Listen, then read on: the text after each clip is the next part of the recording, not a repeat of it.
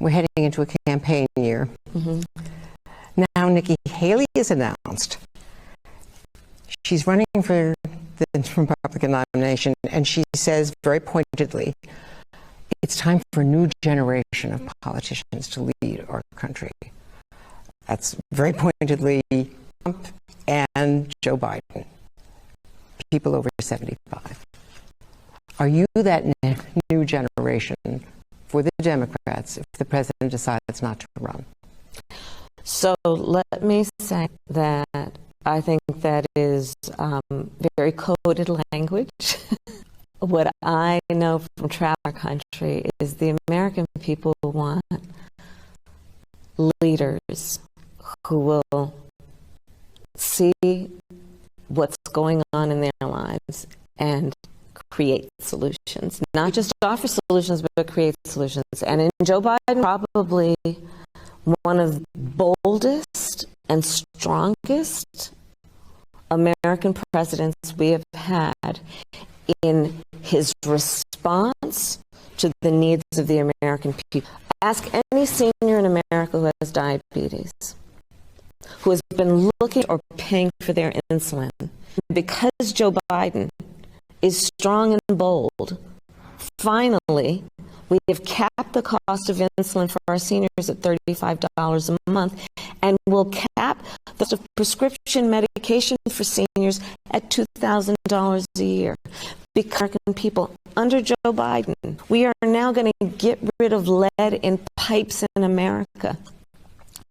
Grandmothers and grandfathers for years have been complaining about the toxic effects of lead poisoning on their children, have talked about dealing with infrastructure, including, remember, Infrastructure Week? Joe Biden got it done. That's what the American people want. They want their leaders to get things done, whether it be infrastructure, whether it be investing to developing and manufacturing, U.S. manufacturing of semiconductor chips, because we know that we can't wait for other countries during a crisis like a pandemic to supply the supply chain with what we need. That's the work that's been done, and I cannot. The American people deserve leaders who get things done. Why do you think the president has such low popularity, favorable ratings, and you have even less favorable ratings? That is. I will tell you what I see when I'm out on the road.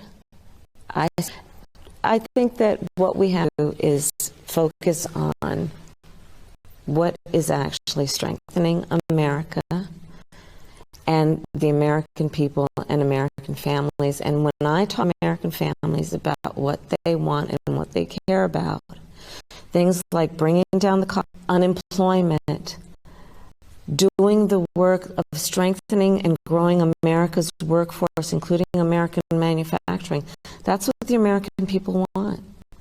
Dozens of Democratic leaders saying that they not only don't think that he's the strongest, the larger field that could be possible given his age and other defects, but they don't think that you're the right person to be on the ticket. Why do you think that? I think that it is very important to focus on the American people and not political chatter. You obviously ran for 2020. You want to be president. Do you still want to be president someday? Joe Biden has said he intends to run the election as president, and I intend to run with him as vice president. You saw the grief, you felt it to it eloquently. Is it time for Democrats to compromise on police reform with this Congress, as they did on guns session? I think it's time for American leaders, what we should do to improve this issue. And I, as you know, was a co-author of the original George Floyd Justice and Policing Act. and I am a former.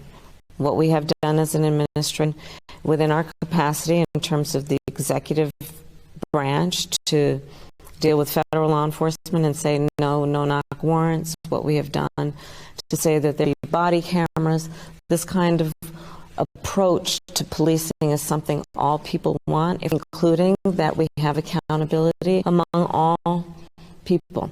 Let me ask you, Yeah. what does Governor Ron DeSantis not know about Black history and the Black experience when he says that slavery and the aftermath of slavery? He doesn't know, but I know this. Any push to censor America's teachers and tell them what they should be teaching in the best interest of our children in partnership with, I think, wrong-headed. The people who know our children best are their parents and their teachers in terms of the time they spend and the investment they've placed in the brains and capacity of our children who are our nation's future. Saying what should be taught in classrooms. And you said that Nikki Haley was using coded language. What do you think about her suggesting a cognitive test for presidents, for candidates for president? I did not watch her speech, but when you present that it is time for a new generation and they're running against the person who is president, and when presented as though it's an attack, I would like to let us all be clear that the attack is misplaced, is that we need leader that is strong, because we have a strong leader in Joe Biden. Thank you very much, Madam Vice President.